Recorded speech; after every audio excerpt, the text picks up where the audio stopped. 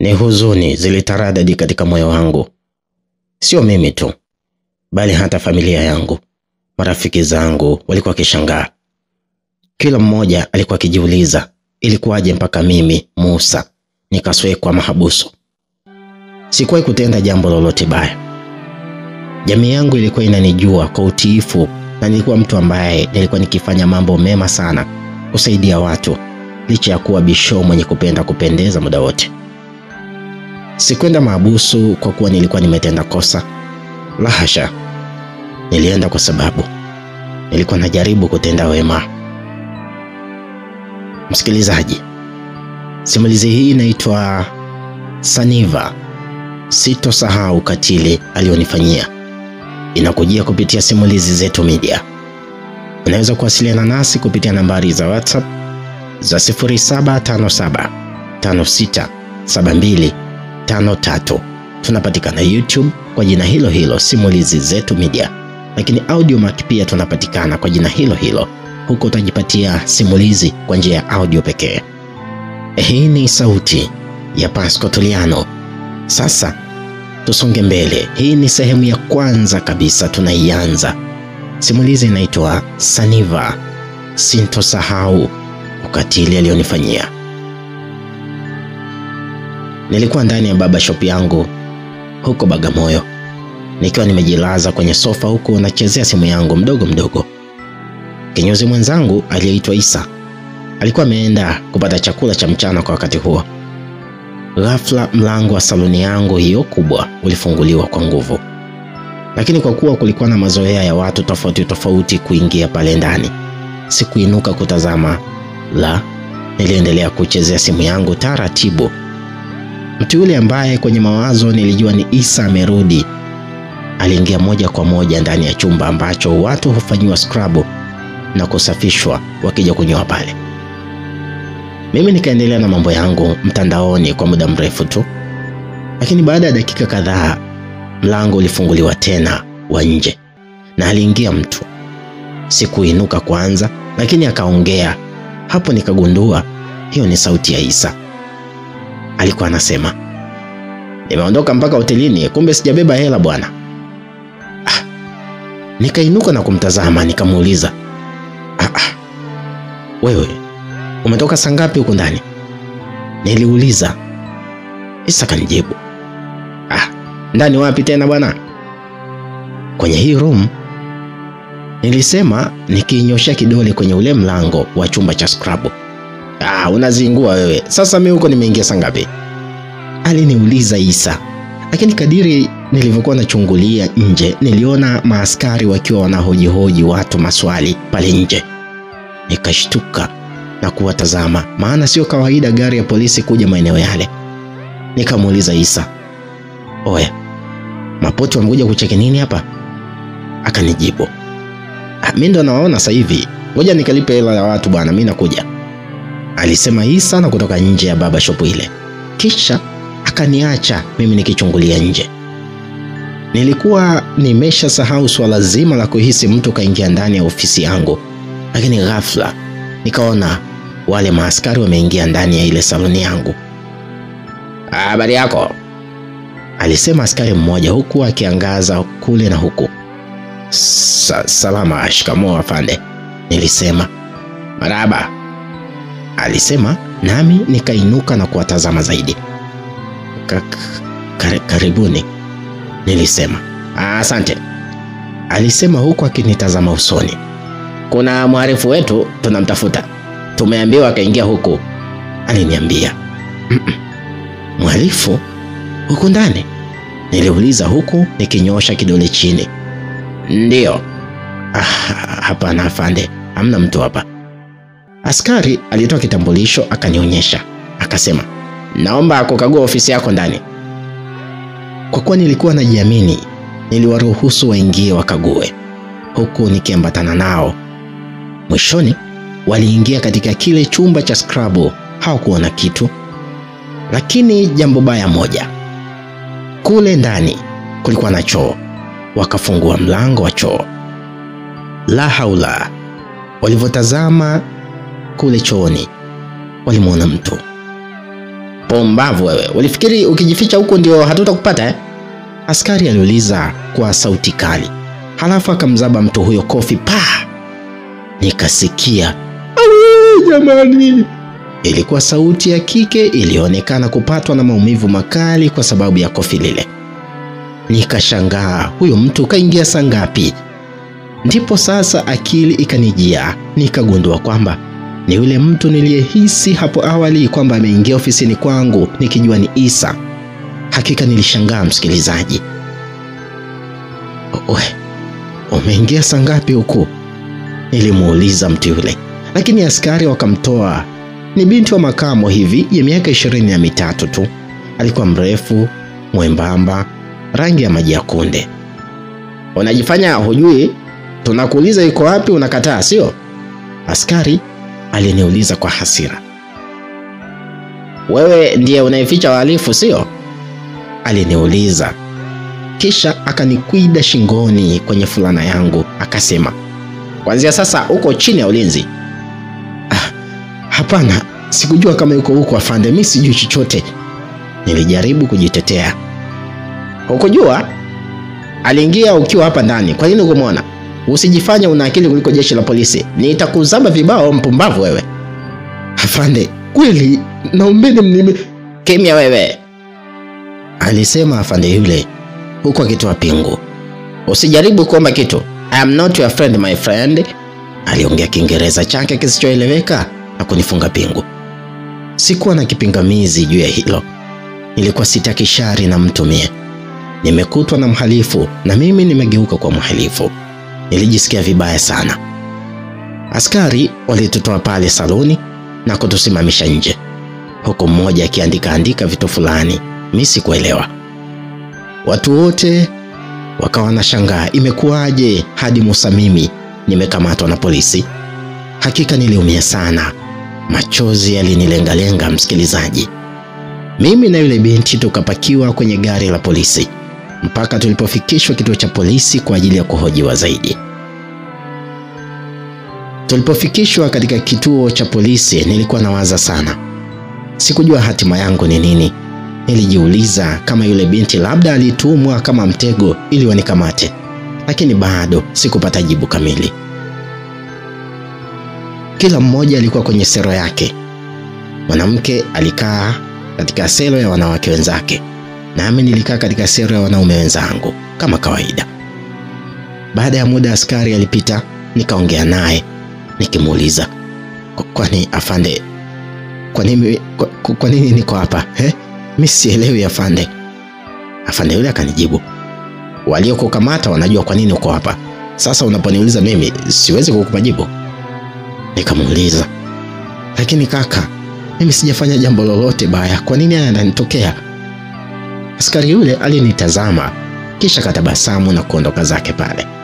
Niliendelea kukaa sijui kile kinachoendelea, lakini baadaye kidogo nilimwona Isa rafiki yangu akiwa na pikipiki. Nikajua lazima akaja kunifuatilia mimi, pengine kuniwekea mdhamana. Sikujua Isa aliongea nini na maaskari, lakini baadaye tu niliitwa na kutolewa kule sero. Wakanipatia nguo zangu na vitu vingine walivyokuwa wameninyang'anya. Halafu wakaniruhusu niondoke. Nilivyotoka nikamuuliza Isa, "Oya, umefanyaje mwanangu?" Isa kanijibu, achana hizo mada, panda pikipiki twenzetu," aliniambia. Nilipanda pikipiki halafu safari ikaendelea.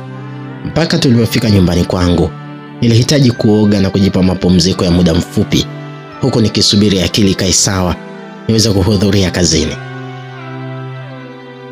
Basi maisha yaliendelea pale kazini kama kawaida. Ilipita muda mrefu sana, kama miezi 8 hivi.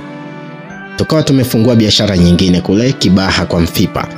Tukagawana majukumu, mimi na Nyoa Bagamoyo na kijana mwingine mmoja, huku Isa naye akiwa ananyoa Kibaha na kijana mwingine. Basi bwana, siku moja jioni niliondoka Bagamoyo, nikawa nimeenda kumtembelea mwanangu Isa ama rafiki yangu kule Kibaha.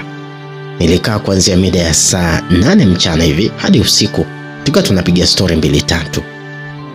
Muda wa saa 2 usiku Isa kaniambia tuondoke, kuna mahali tukapate supu.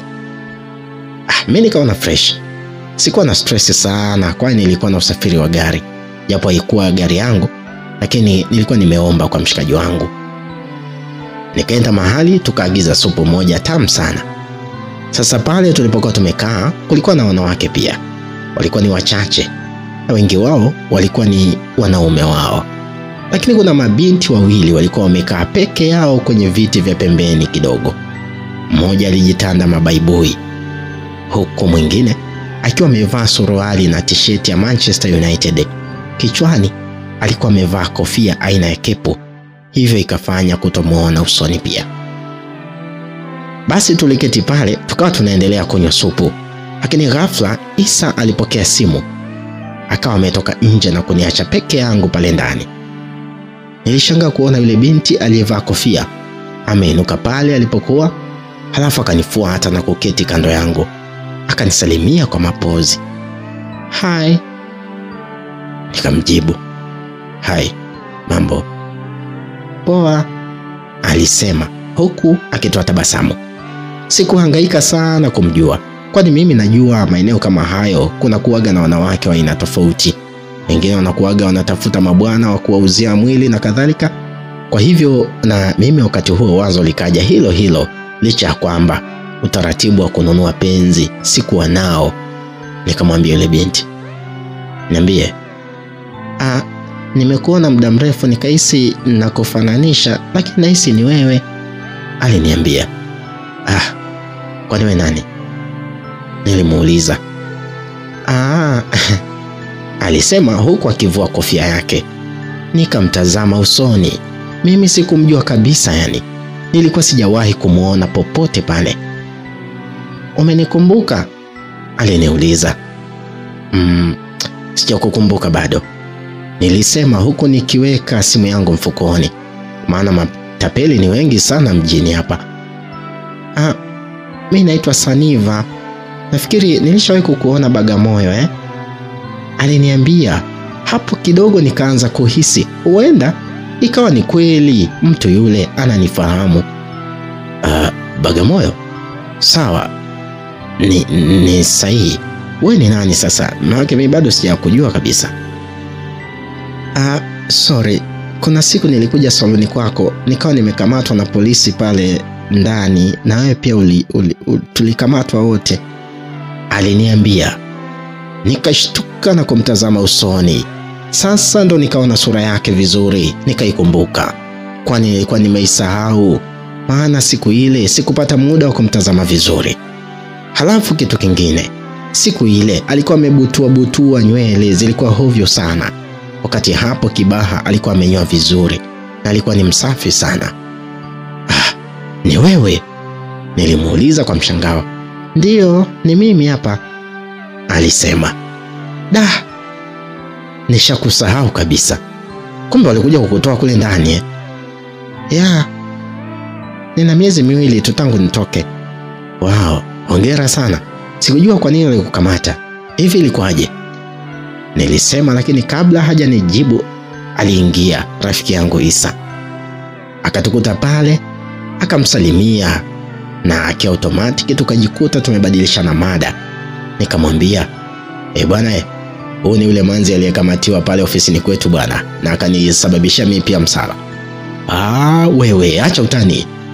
Kwa mshangao Isa alisema huku akimtazama. Ndio kaka, mmoja nimeshangaa sana. Sijui kanikumbukaje yani huyo binti." "Aise, noma sana kweli. Milima haikutani lakini binadamu." "Aise. Vipi mrembo?"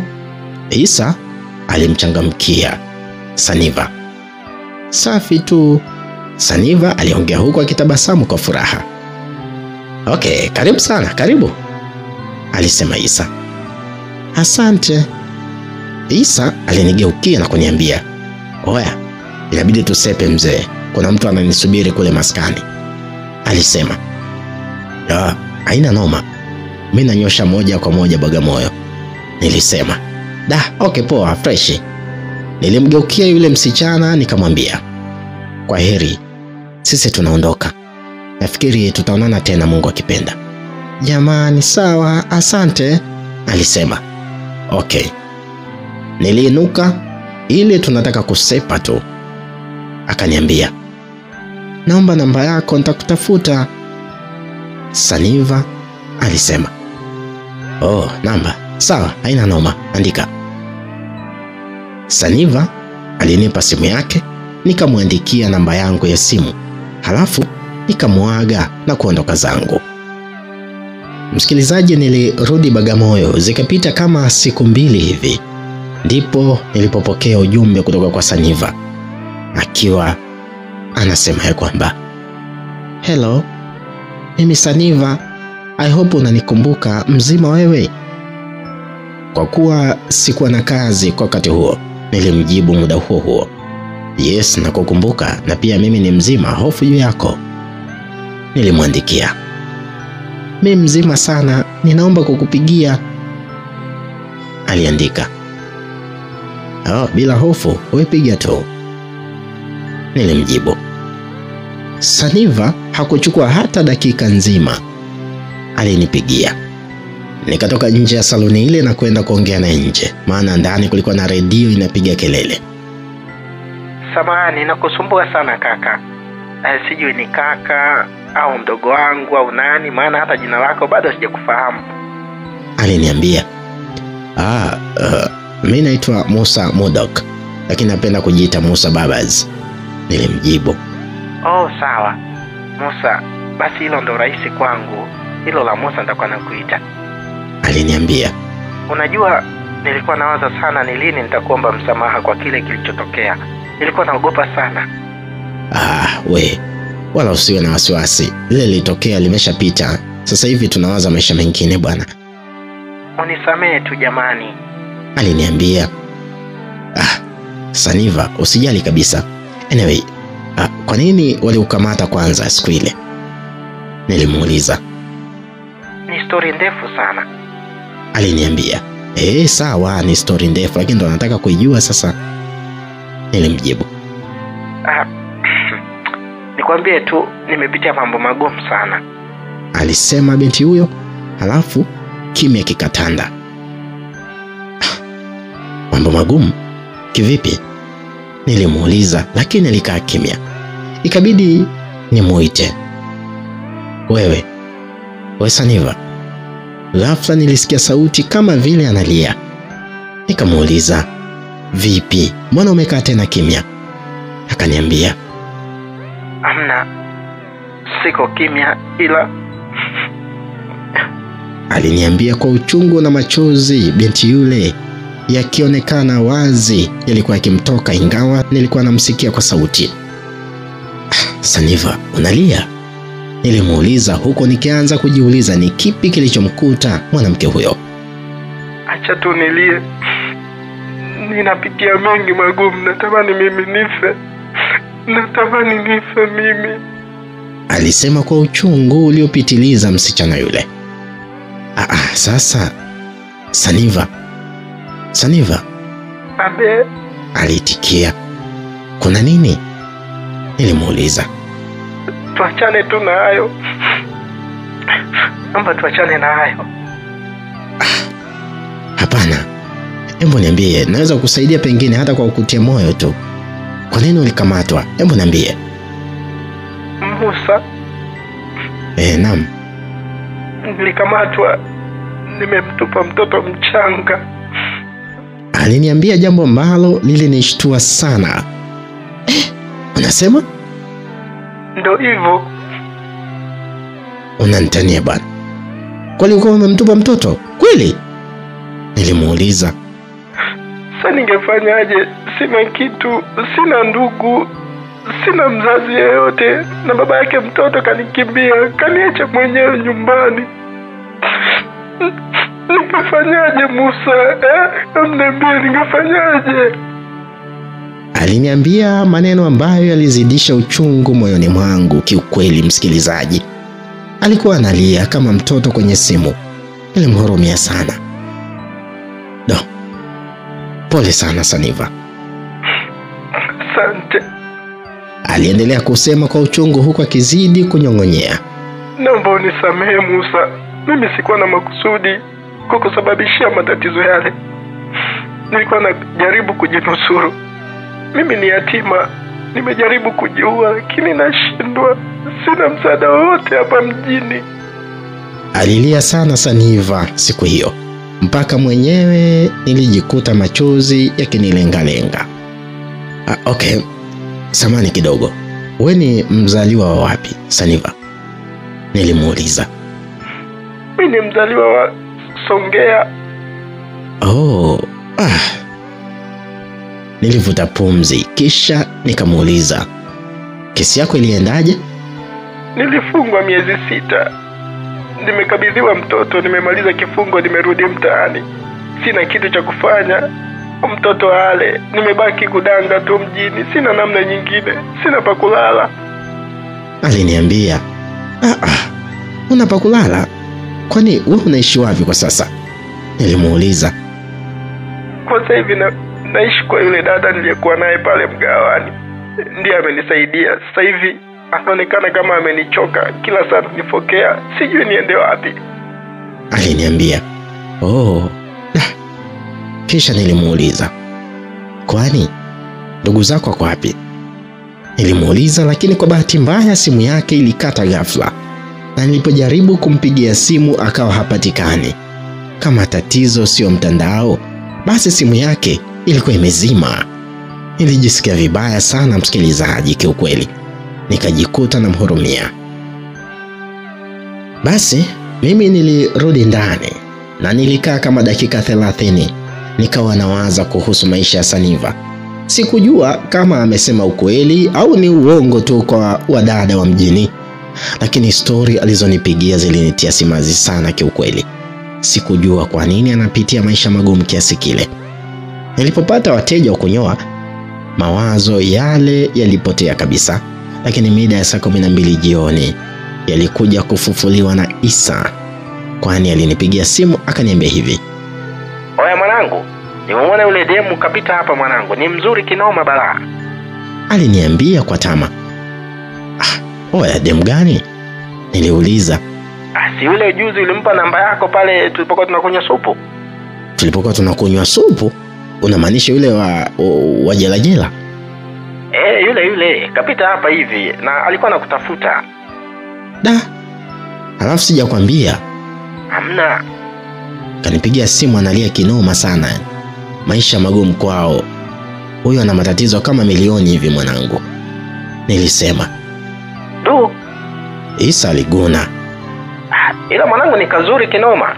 Aliniambia, alafu akakata simu. Niliendelea na mishe zangu kama kawaida mpaka ilipofika usiku saa 4. Nilifunga na kuondoka kuelekea maskani kwangu nilipokuwa nimepanga. Kule ndani kwangu kulikuwa kuzuri sana kulingana na maisha halisi ya vijana wa Kitanzania, hasa wenye umri kama kwangu. Ilikuwa nimeweka sofa nzuri za kisasa na vitu vingine kama friji, kabati, TV, radio kubwa, home theater ya 1,200,000. Chumbani kwa kweli kulikuwa na kitanda cha sofa bed. Sio hizi za mtaani, niliagiza China. Nilikuwa napenda sana maisha ya kifahari, maana kuwa modo ndo ilikuwa ndoto yangu ambayo ilishia njiani. Chini ya kitanda changu nilikuwa nimeweka kitanda cha zamani. Kilikuwa kitanda cha mbao 5x6 na godoro lake nilinyosha vizuri sana uvunguni mwa kitanda na vilienea kabisa. Licha kununua vile vitu kwa nyakati tofauti, lakini lile geto lilikuwa na thamani ya kama milioni 6 hivi kwa haraka. Msikilizaji, mimi cha kwanza kabisa sio mtu wa starehe za wanawake sana. Japo nimeshapita nao, lakini sio watu wanaoniumiza akili yangu kivile. Starehe yangu mimi ni ubisho, kuvaa nguo kali, kutumia vifaa vya gharama. Kila mtu na starehe yake bana, si ndio? Wote tunakubaliana. Sawa. Basi siku hiyo nikiwa nimelala kitandani usiku, kila muda zilinijia stories za Saniva katika akili yangu. Sijui kwa nini historia yake ilikuwa inaniumiza mimi sana. Nilijaribu kupambana nayo, lakini nilishindwa kabisa namna kuzuia yale mawazo yasinijie kichwani. Naye ni kama alijua. Saa 7 za usiku alinitumia ujumbe mfupi, umeshalala? Nikaichukua simu yangu na kuitazama, maana usingizi ulikuwa hautaki kunishika kabisa. Nikasoma ule ujumbe, na kuamua kumpandia hewani moja kwa moja niongee naye. "Hello?" Nilisema. Halo, habari? Aliniambia, "Safi, uko wapi usiku huu? Hujalala tu?" Niko huko uliko wewe. Mbona wewe hujalala? Alinitania huku akicheka kidogo. Mimi niko nyumbani, mimi usingizi umegoma kuja. Nawaza kama unaujua ule wimbo wa King Crazy GK unaitwa Sauti ya Manka." Nilimwambia. Huo mbona siujui? Alisema, wewe mtoto wa juzi, kumbe wewe mtoto wa 2000 Hamna, miaka 22 na unaniita wa juzi kweli? Sasa si ndo 2000 tayari. Unajua mimi nina miaka 29. Nadhani nimekuacha miaka mingapi hapo? Sawa. Huo wimbo unahusu nini sasa? Huo wimbo ni jamaa alihadithiwa story ya maisha magumu ya binti mmoja. Akawa anashindwa kulala maana kila muda alikuwa anaikumbuka sauti ya binti huyo. Nilisema, kumbe. Ndio. Unajua tulivyoongea mchana, kiukweli uliniacha kwenye majonzi makubwa sana Saniva. Hizi story za mtu anaweza akadhani ni za kutunga, lakini kiukweli ni story ambazo zipo na sikujua kama ni za kweli. Acha tu kakaangu, nimeteseka eti. Yaani na mawazo mengi sana. Namlaumu mama yangu sana. Alisema. Mama yako? Kwa nini unamlaumu? Kiukweli nimeteseka sana. Mama alinizaa kabla hajaolewa. Anakuja kuolewa halafu akafariki. Mimi akaniacha duni kama hivi. Na vipi kuhusu baba? Mimi simfahamu baba. Anyway, kwa hiyo wewe huku mikoa ya Pwani ulikuja kutafuta nini? Nilipata kazi za ndani. Mwisho wa siku nikahamia kuuza baa. Nimeshika mimba, baba wa mtoto akanidanganya. Akanipangishia chumba miezi 7. Ilipofika akapotea, hata kwenye simu hapatikani jamani. Nimeteseka, sitaki hata kumkumbuka. Lakini wanaume nyie, hapana. Aliniambia kwa uchungu zaidi. Ni kweli wapo hivyo, lakini sio wote. Pole sana kwa hayo yaliyokukuta. Asante. Alisema kisha kaniambia, halafu naomba unisaidie. Nikusaidie nini? Naomba nipate kazi popote, hata hapo saloni kwako. Mimi naweza kufanya vizuri scrub na kusafisha wateja. Unasema kweli? Ndiyo. Unajua pale saloni kuna mwanamke anafanya hiyo kazi. Kaka yangu, hata 3000 kwa siku na mimi niweze kumtunza mwanangu, niko tayari. Au kama unaweza kunitafutia hata kwa rafiki yako au kwenye kampuni yoyote, mimi napiga kazi tu kaka yangu, nisaidie. Okay. Basi sawa, nitafanya hivyo. Nikipata sehemu ambayo unaweza ukafanya kazi, mimi nitakushtua basi. Sawa? Sawa. Namuomba Mungu usichelewe sana. Nimechoka maisha haya kuwa tegemezi. Okay, usijali. Tuliagana wakati huo, mimi nikalala zangu. Asubuhi na mapema niliamka. Nilikuta meseji za Saniva. Alikuwa amenitumia usiku nikiwa nimelala zangu. Zilikuwa ni meseji zilizojaa maumivu makali na zilionyesha kabisa binti huyo anaumia na maisha. Alinisisitiza pia nimtafutie kazi, kwani ananitegemea mimi hapa kwa sasa. Meseji zilisomeka. Ya kwanza: nimeteseka sana kaka yangu, naomba unisaidie niweze kuwa na maisha mazuri. Meseji ya pili ikasomeka: huyu dada ninaishi naye ameniambia bwana yake anakuja kuishi naye hapa siku sio nyingi. Ya tatu ikasomeka: Mungu atakubariki kama ukifanya hivyo, sina msaada mwingine. Na ya 4 akahitimisha: usiku mwema. Nilizisoma zile meseji zikanifanya na mimi huruma iweze kunijaa. Nikatamani kumsaidia, lakini sikuwa na namna yoyote. Sina mission in town zaidi ya ile ya saloni. Na ubaya mmoja, ndani ya saloni yangu nilikuwa na mfanyakazi. Nisingeweza kumtelekeza mfanyakazi wangu ambaye ni wa muda mrefu kisa mtu ambaye ameniomba tu msaada. Nilipata wazo jipya. Nikampigia rafiki yangu Isa, maana ile baba shop ya kule Kibaha bado kulikuwa hamna mwanamke wa kufanya hiyo scrub. Oya, sasa tunafanyaje mwanangu? Yule demo anasumbua kinoma. Nilimuuliza Isa. Anataka nini? Isa aliuliza. Anataka kazi. Sasa nilikuwa nataka umweke hapo awe kama mtu wa kufanya scrub. Huko nitamani aje ndugu yangu mmoja hivi kaka. Kwa nini usimweke tu huko? Aliniuliza. Huko ngumu. Sasa Sister Monica nitamfukuzaje babu? Shughuli kweli kweli mwanangu. Au ni mbloko kabisa yule demu? Manake hujui anasumbua sana huyu. Nilisema. Oya, kama inawezekana msaidie kaka. Anaonekana ana shida. Hata ukimtazama tu usoni binti anaonekana na matatizo mengi sana. Hebu mtafutie mishe yoyote. Alafu wewe nitaka nikusogezee huko ili uwe na manzi, wache kujichua kenge. Alinitania Isa. Oya, mimi sio vitu vyangu hivyo, wewe mpuzi nini? Sina mwanamke kwa sababu najiheshimu, sio kama wewe. Nilisema kwa utani tu. Musa anajiheshimu?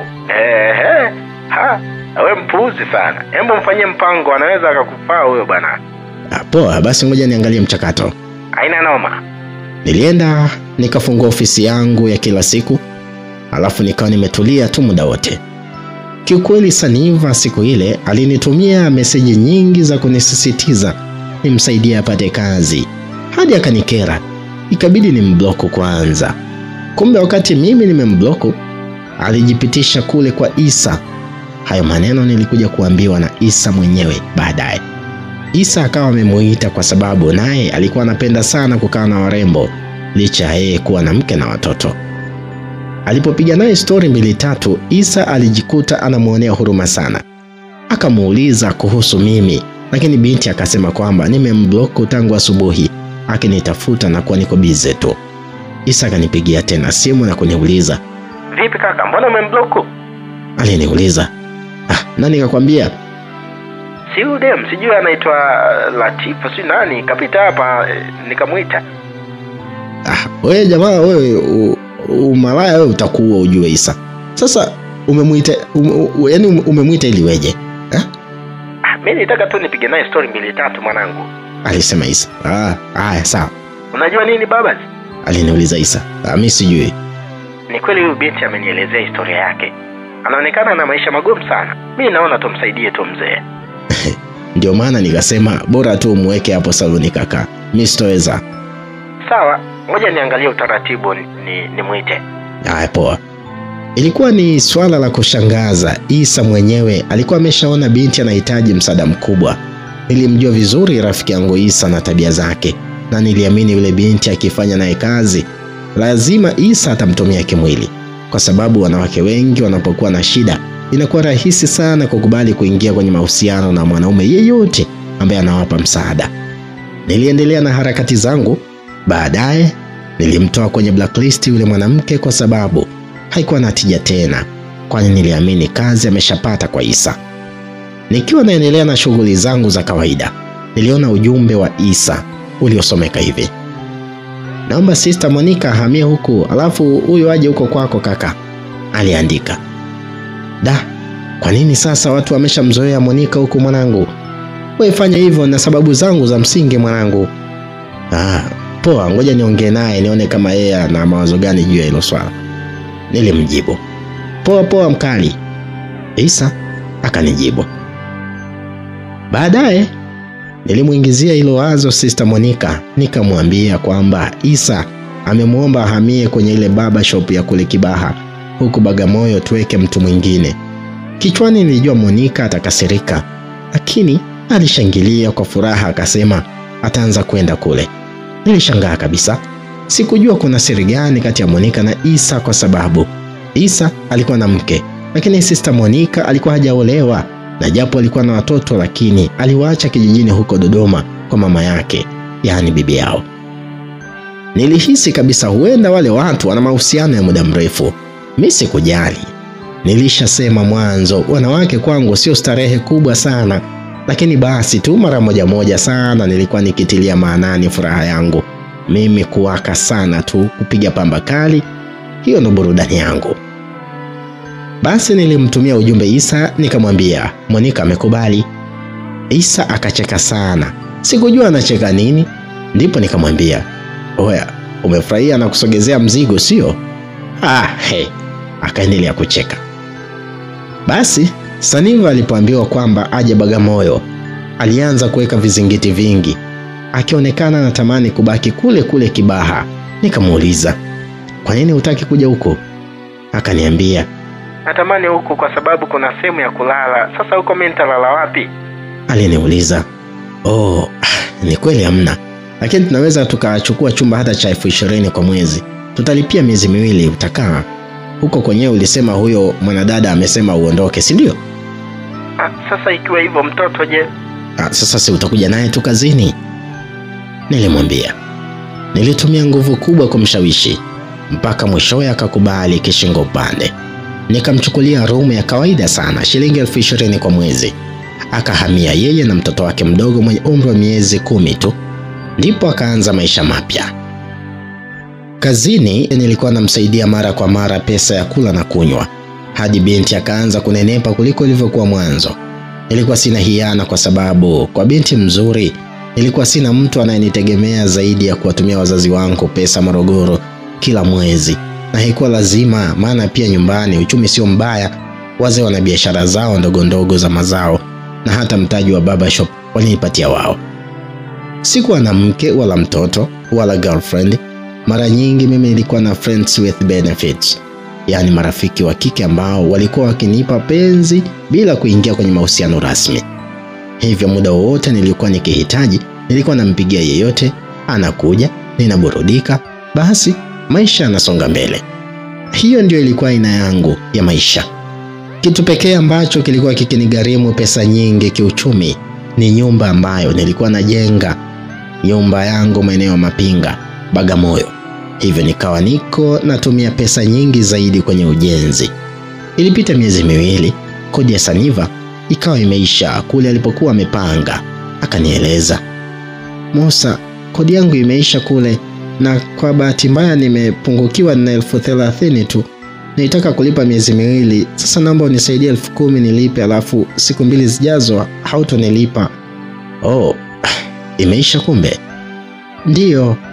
Nilitoa wallet mfukoni bila kufikiria, nikachomoa shilingi 50,000 nikampa, nikamwambia, "Shika hii. Ongeza shilingi 10,000 ulipe miezi 3 ili isiwe inaisha mapema. Halafu hiyo 20,000 itakayobaki kaa nayo itakusaidia." Nilisema, "Jamani, asante sana Musa, nimefurahi sana kakaangu." Alishukuru sana Saniva. Ninaamini hakujua kama nitamfanyia vile. Siku zote lilikuwa ni lengo langu na jukumu langu mimi kumlipia kodi, lakini sikuwahi kumwambia kwa sababu asingejifunza kutunza akiba zake mwenyewe. Maisha yaliendelea vizuri. Nilikuwa naishi naye kama ndugu yangu kabisa. Nilimpenda mtoto wake aliyeitwa Belinda kama vile mwanangu. Nilikuwa nikimtunza siku zote, akanizoea kama vile baba yake. Mara nyingi nilienda naye nyumbani kwa sababu kuna muda aliniomba nikamsaidie kazi ngumu ambazo hawezi kuzifanya pale ndani. Mfano, anataka kuhamisha kitanda na nyingine kama hizo. Hivyo wapangaji wenzake wakawa wamenizoea na kuwa wananiita Sharo. Basi siku moja mida ya saa 12 nilikuwa nacheza na mtoto Belinda nje ya ofisi yangu. Ndani niliacha mteja akinyolewa, huku mteja mwingine akiwa anafanyiwa usafi na Saniva katika chumba cha scrub. Nikacheza na mtoto yule akiwa na furaha sana. Nikasema, ngoja nitembee naye mtaani. Sasa tukiwa tunakatiza katika mitaa, mtu mmoja akaniambia, "Mwanangu, kumbe una mtoto mkubwa hivi?" "Sio wa kwangu bwana." Nilisema, "Wapi? Mbona mmefanana naye?" "Yaani umefanana naye kabisa?" Aliniuliza. "Hamna bwana. Ni kawaida kufananishwa na watoto wadogo. Unaweza ukaambiwa ni wa kwako, kumbe umepigwa na bado ukaona anakufanania sana." Sikujali sana, maana mimi sikuwahi kulala na Saniva kabisa katika maisha yangu. Kwa hiyo niliwachekelea tu walioniambia hivyo nikiwa natembea zangu mitaani. Nilienda mbali sana. Huko nikampitisha mtoto katika duka moja la nguo. Baada ya kuona nguo nzuri za watoto, nikaamua naye nimnunulie nguo, gauni moja na katraki suti kazuri na viatu. Nilipomaliza tu kulipa, nilipigiwa simu na engineer ambaye alikuwa anasimamia site kule Mapinga kwenye nyumba yangu. Akaniambia, "Oya babas, njoo chapu, kuna issue haijakaa sawa huko." Alisema engineer yule. "Issue gani bro?" Niliuliza. "Fanya faster, njoo bana." alisema na kukata simu. Nilipoona inaweza ikawa ishu ya muhimu, sikuona tabu kuchukua pikipiki niwahi chapo kwa kuwa sikuwa na kazi, lakini bado nilikuwa nimembeba mtoto. Nikaenda mpaka saiti. Ni mida jioni kabisa, kwenye saa 1 kasoro hivi, lakini mwanga bado ulionekana. Nikafika kweli. Kuna mtu ama watu walikuwa wameweka beacon ndani ya mpaka wa kiwanja changu. Nikauliza, "Vipi?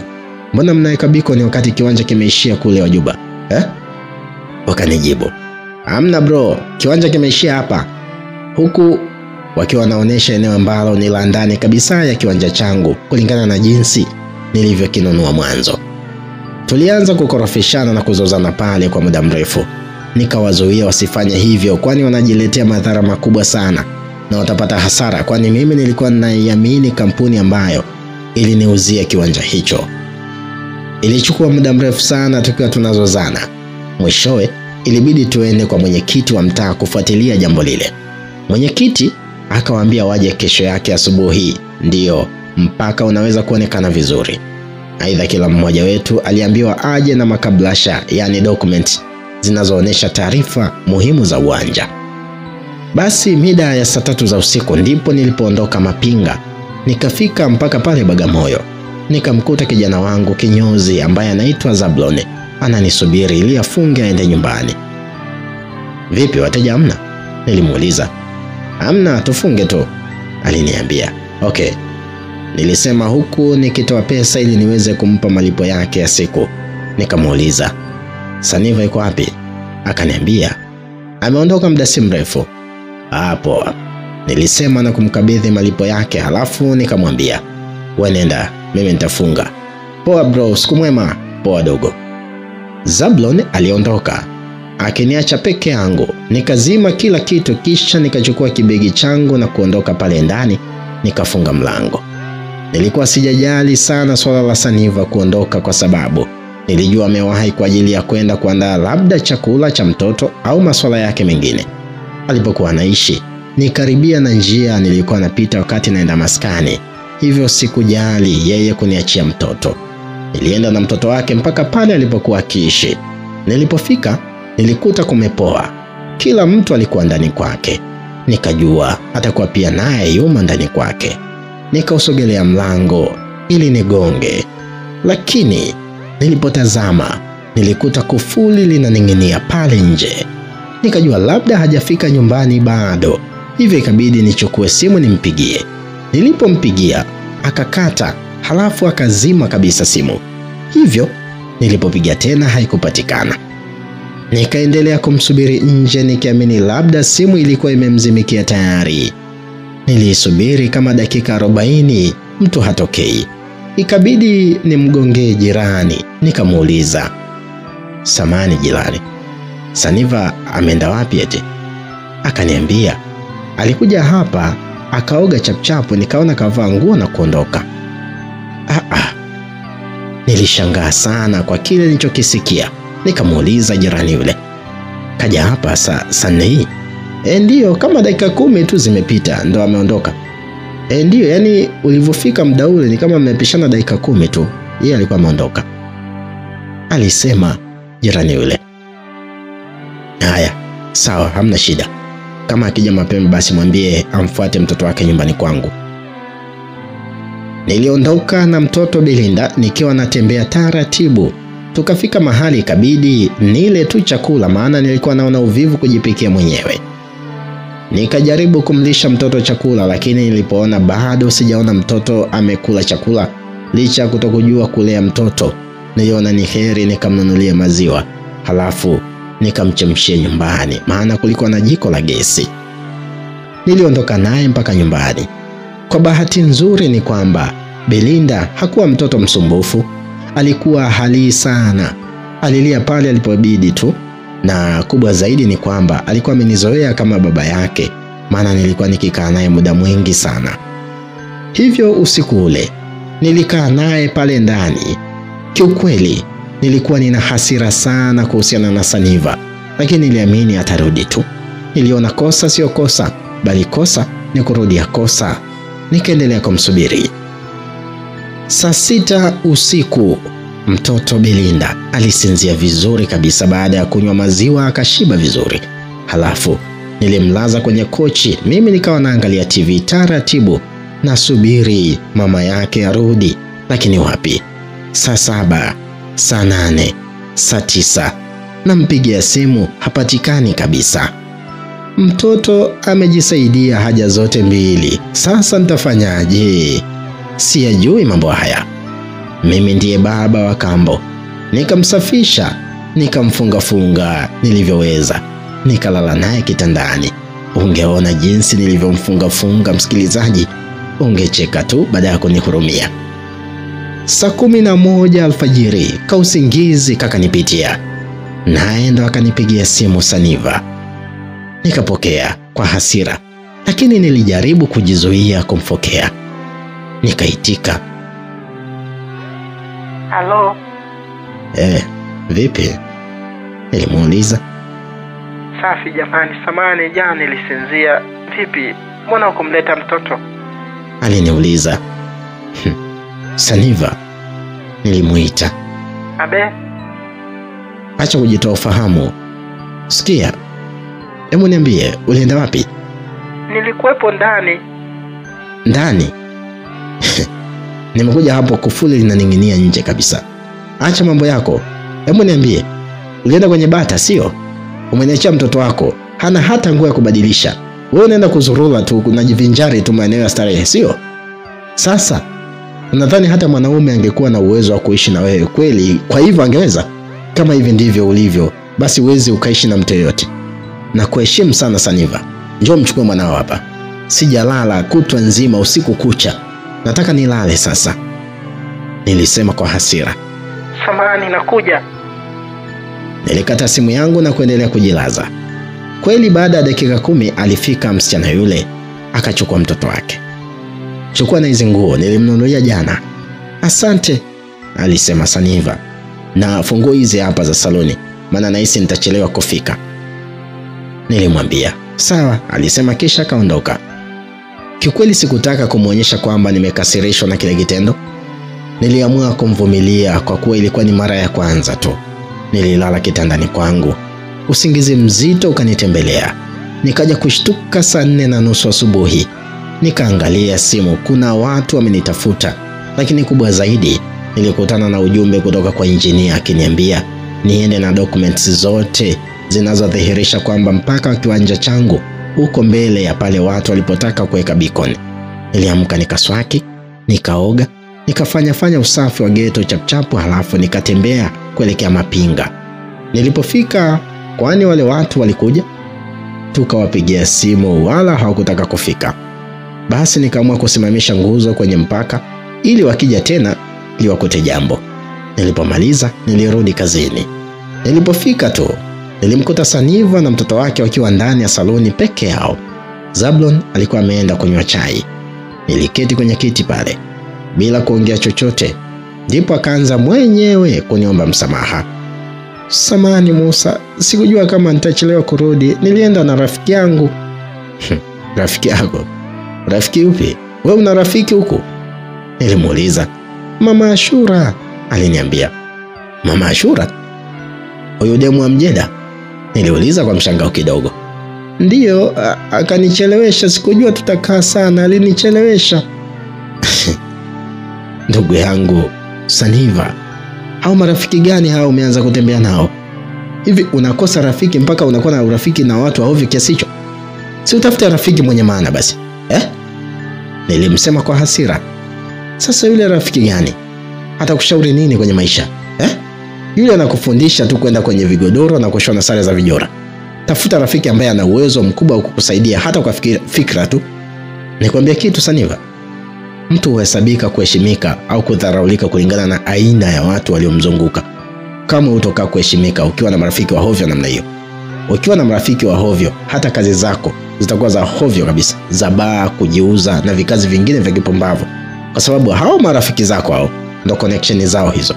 Lakini ukiwa na marafiki wa maana, hata mawazo yao ni ya maana. Usiwe na marafiki tu kisa warafiki. Chagua marafiki wa maana. Umenielewa Saniva? Nilimkaripia Saniva wakati huo. Nimekuelewa. Haya, mimi nakushauri tu, nenda katika ibada, utakutana na watu wenye maana. Ukienda vigodoro, huwezi kukutana na mtu wa kuyabadilisha mawazo yako. Usiwe na rafiki ambaye akikuona tu unakula ugali dagaa anaona kawaida. Kuwa na rafiki ambaye akiona unakula kitu kama hicho anakushangaa. Hii itakusaidia wewe kupambana ule vizuri kama wengine. Sasa wewe unakaa tu na rafiki mtu ambaye hana hata kitanda, analala chini. Unahisi atakushauri nini siku ukiwa huna? Atakushauri uuze kitanda uwe kama yeye. Hebu acha ujinga Saniva. Nilimfokea sana, akakaa kimya. Hivi dozi msikilizaji ilimtosha au bado? Na wewe ujifunze kitu hapa msikilizaji. Chagua rafiki wa kukupa challenges za maisha ama changamoto za maisha. Sio rafiki wa kuridhika na hali yako. Tafuta rafiki ambaye ukifanya ujinga atakuchana kwamba hii sio kabisa. Akuone unafanya ujinga na ajiunge kufanya pia. Huyo sio rafiki. Basi bwana, tusonge mbele na simulizi yetu. Ni kweli siku nyingi zilipita. Saniva alibadilika na kuanza kuwa mtu bora sana. Nilimshangaa, ushauri wangu alikuwa anaufuata mule mule. Alikuwa anaenda hadi kanisani kusali, japo mimi hakuwahi kuniona nikienda kusali. Yeye alisali. Aliamini kuachana na dunia, na maana hakuna kitu alichokuwa anakikosa. Basi siku moja nikaamua kumwambia ukweli. Sasa unaelekea kuwa mwanamke bora, unaelekea kuwa mama mzuri kwenye maisha. Unaweza sasa kulelea familia yako ikawa nzuri kabisa. Unaweza kailea. Jamani, asante sana, wewe ndio umenifanya nikawa hivi. Mara zote umekuwa ukinikosoa na kunifanya niwe nawaza mambo mema. Nashukuru sana Musa. Nilikuwa kwenye shida, ona sasa napendeza, aliniambia. Mimi nikamjibu, usijali, tupo pamoja sana. Sasa siku hiyo nilikuwa nimekusanya milioni yangu 1. Nikataka nikaongeze vifaa vya ujenzi kule kazini.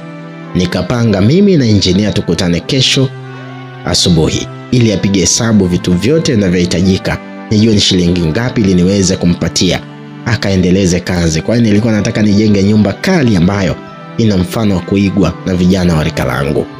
Nilienda nyumbani usiku, nikaoga na kujilaza mpaka pale usingizi uliponipitia. Ilipofika mida ya saa 8 usiku, simu yangu ilianza kuita kwa vibration.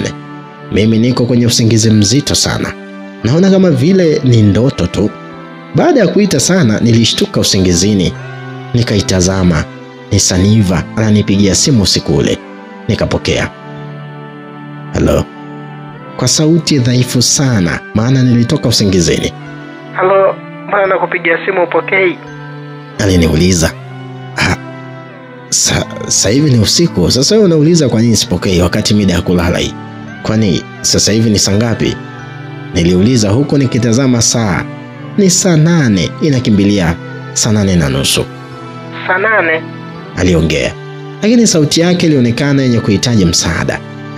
Nikamuuliza, vipi? Kuna tatizo?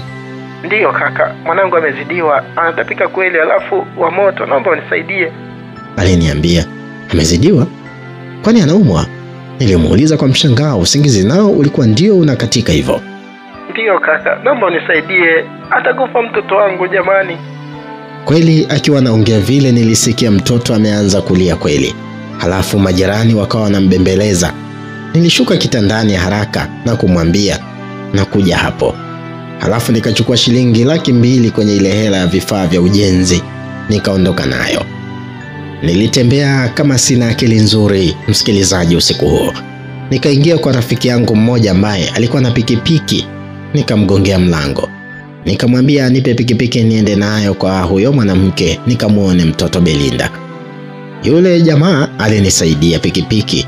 Nikaondoka nayo moja kwa moja mpaka kwa Saniva. Nilipofika kwa Saniva, nilikuta mtoto yuko hoi. Sijui kapatwa na nini.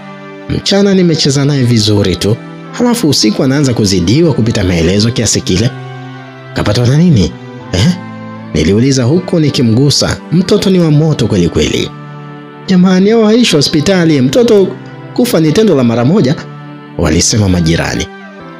Twende mbebe tukapande pikipiki, nilisema huku nikitoka nje. Saniva alimbeba mtoto kama kichaa. Hata mlango hakufunga.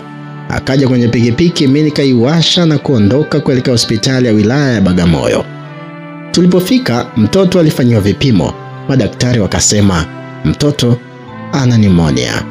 Imechanganyika sijui na magonjwa gani huko, sikumbuki vizuri maana sio profession yangu. Kwa sababu alikuwa anaumwa sana, madaktari walisema alazwe pale hospitalini. Nikatoa shilingi 50,000 nikamkabidhi Saniva, halafu nikaondoka zangu kuelekea nyumbani nikiamini nitarudi tena asubuhi. Nilikuwa nimechoka kweli kweli msikilizaji. Nililala nikiwa hoi bin taban. Nililala kama mfu. Asubuhi nikaamka, nikampelekea Zablon ufunguo ili mimi nishughulikie kwanza swala zima la mtoto. Msikilizaji, tutaendelea katika sehemu ya pili ya simulizi hii inayokwenda kwa jina la Saniva, inayokujia kupitia Simulizi Zetu Media. Tunapatikana upande wa YouTube kwa jina hilo, lakini Audiomack pia tunapatikana kwa jina hilo. Ukihitaji kujiunga nasi katika group letu la WhatsApp, wasiliana nasi kupitia nambari 0757 567253. Hii ni sauti ya Pasco Tuliano. Tafadhali tukutane sehemu ya pili.